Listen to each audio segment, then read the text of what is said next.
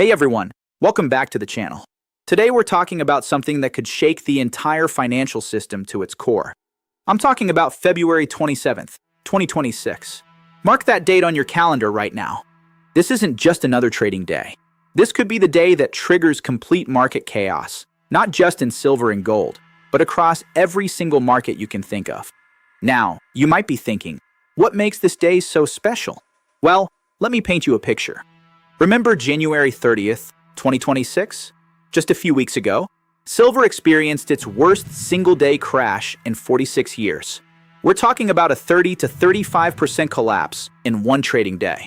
The metal shot up to $117 an ounce, climbed even higher to $120, and then absolutely cratered to $78. Some reports even showed it hitting $73 by Friday's close. Fortunes were wiped out in hours. Leveraged accounts were liquidated. Retail portfolios vanished. And here's the thing, that was just the warm-up act. February 27th could make January 30th look like a minor blip on the radar. By the end of this video, you're going to understand exactly why this date matters. We'll break down the mechanics of what's happening in the commodity exchange, or COMEX, silver market. We'll explore why thousands of contracts might trigger a chain reaction. And we'll look at what happened in November 2025 that gives us a preview of the chaos ahead. This is information that could protect your wealth or help you understand the biggest commodity story of our generation. So let's dive in. Let's start with some recent history because context is everything. On November 27th through 28th, 2025, something unprecedented happened. Silver futures and other major contracts on the CME Group Globex platform were completely halted for over 11 hours. Trading just stopped, dead in the water. The reason? A severe cooling system failure at a CyrusOne data center. Now, think about that for a second. The entire silver futures market, billions of dollars in contracts, shut down because air conditioning stopped working.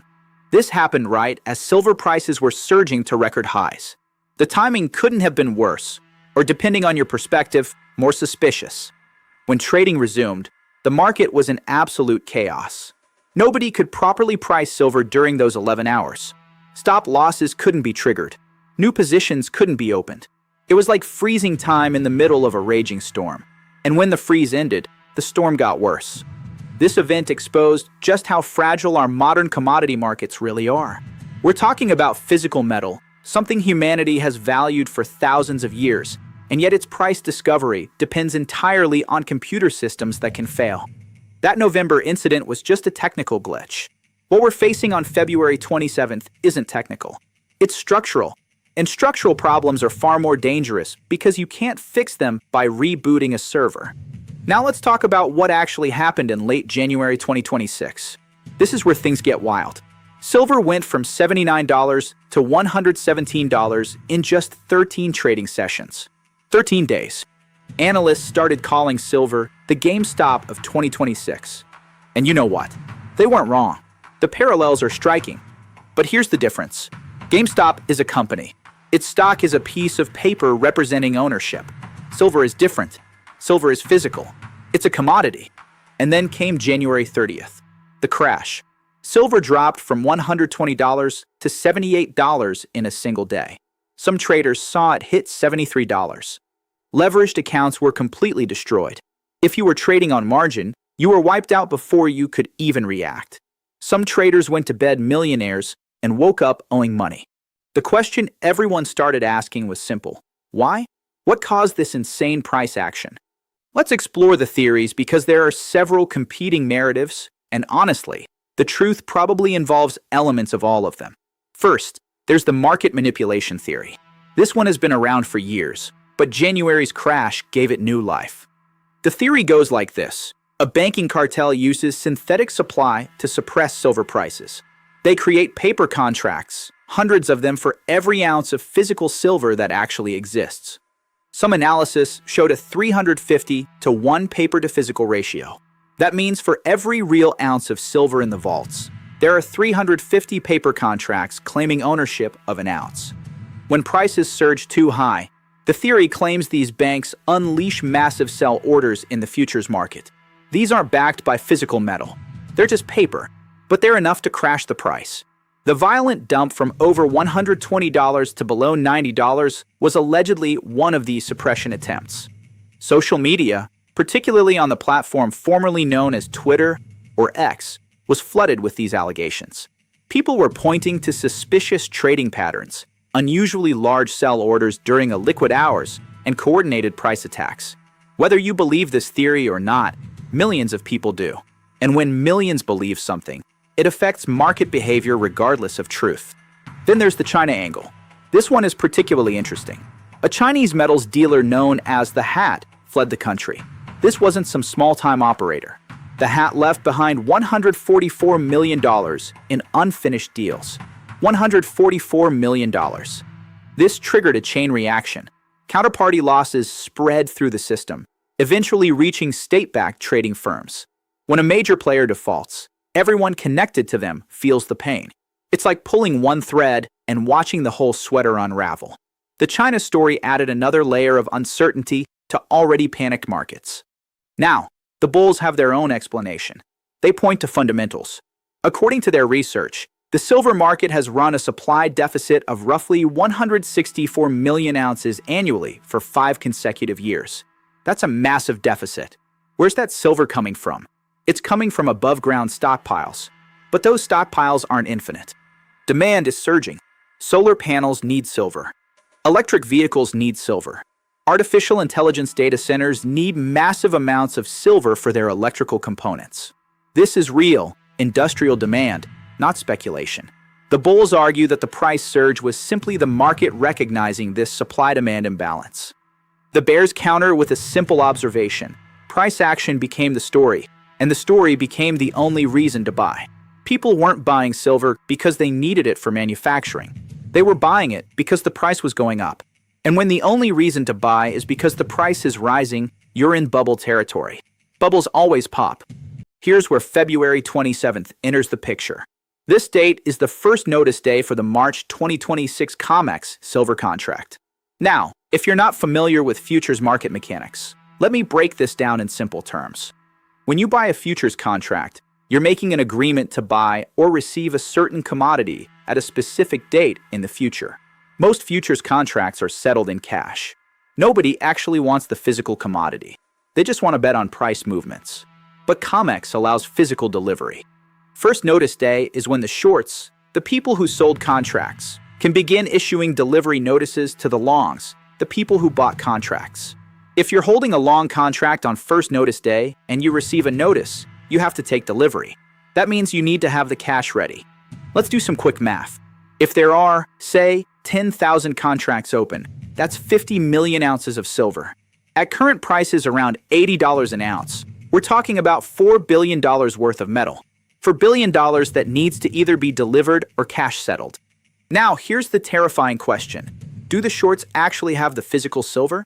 Or were they just trading paper, expecting to close their positions before delivery ever became an issue? This is where the paper-to-physical ratio becomes critical.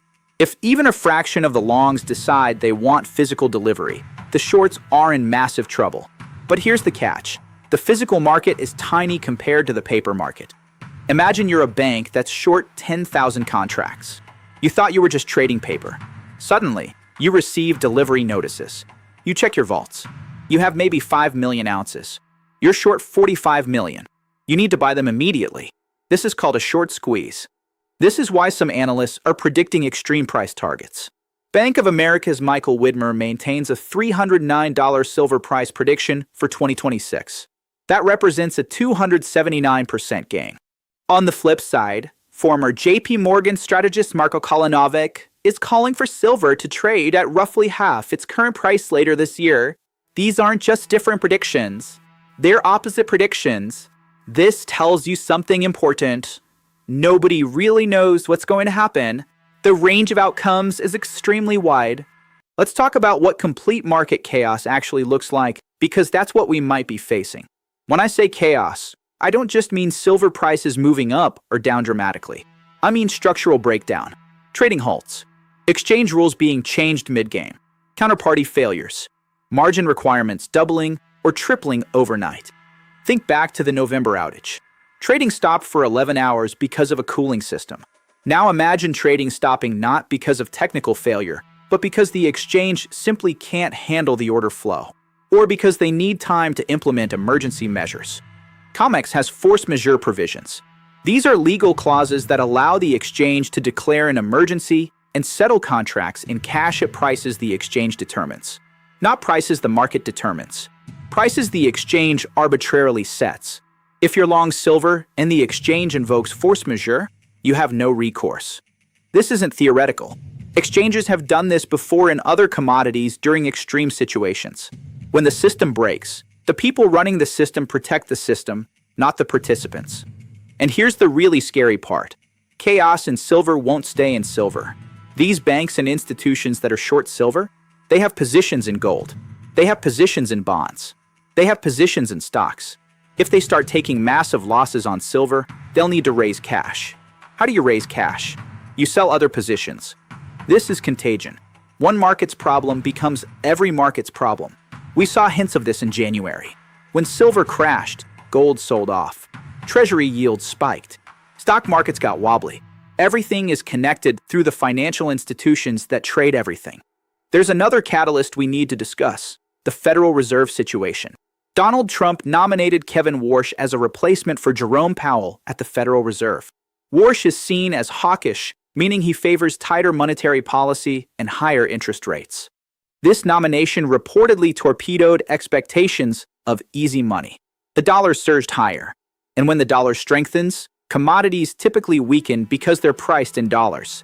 A stronger dollar means each unit of commodity is more expensive for foreign buyers, which reduces demand. But here's the twist. If February 27th triggers a delivery crisis, all bets are off. Market chaos might force the Fed's hand. They might need to intervene to prevent systemic failure. Suddenly, the hawkish stance becomes impossible to maintain. They'd need to provide liquidity. This is the scenario the bulls are banking on. They believe the structural problems in the silver market will force policy changes that ultimately benefit silver prices. It's a high-stakes game of chicken between market forces and monetary authorities. So what should you make of all this? First, understand that we're in unprecedented territory. The combination of factors, the supply deficits, the paper leverage, the recent extreme volatility, the delivery mechanisms, all of it creates a situation with no clear historical parallel. Second, recognize that both extreme outcomes are possible. Silver could absolutely explode to $300 or higher if a delivery squeeze occurs. It could also collapse back to $50 if the market decides the whole rally was speculative mania. Third, remember that leverage is dangerous. The people who got completely wiped out in January were using heavy leverage. If you're going to participate in this market, understand that the swings can be violent and fast. Risk management isn't optional. It's essential. Fourth, watch for signs of stress in the system. If you start seeing unusual trading halts, if margin requirements suddenly increase, if exchanges start changing rules, these are warning signs that something big is happening behind the scenes. And finally, understand that February 27th is just one date. The March contract isn't the end of the story. There will be more delivery periods. If the structural issues aren't resolved, we could see repeated crises throughout 2026. Let me wrap this up with some final thoughts. We're living through a fascinating moment in commodity market history. Silver, this ancient metal, is behaving like a meme stock. The collision of old-school dynamics with social media virality is creating situations nobody knows how to handle. The phrase "most dangerous day for silver" might be accurate for February 27th. But danger cuts both ways. It's dangerous for shorts who might face delivery demands, and it's dangerous for longs who might get forced into cash settlements. It's dangerous for the system itself. Whether you're invested in silver or not, this story matters because it reveals the fragility of our financial markets. We have complex systems built on leverage and trust. When those assumptions are tested, when people start demanding physical delivery, the illusions can shatter quickly. And remember, the real lesson here is about market structure and the risks of excessive financialization. We've turned physical commodities into casino chips. And like all casinos, sometimes the house changes the rules mid-game to protect itself.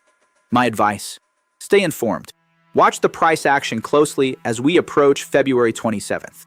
Pay attention to open interest in the March contract. See if major players are trying to avoid the delivery period. We'll all be watching to see if the market breaks, squeezes, or muddles through. It's going to be historic. If you found this information valuable, please hit that like button and subscribe to the channel. We'll be covering the silver situation as it develops. Leave a comment below. Are you bullish or bearish? Thanks for watching. Stay safe out there. And remember, protecting your capital is just as important as growing it. Take care.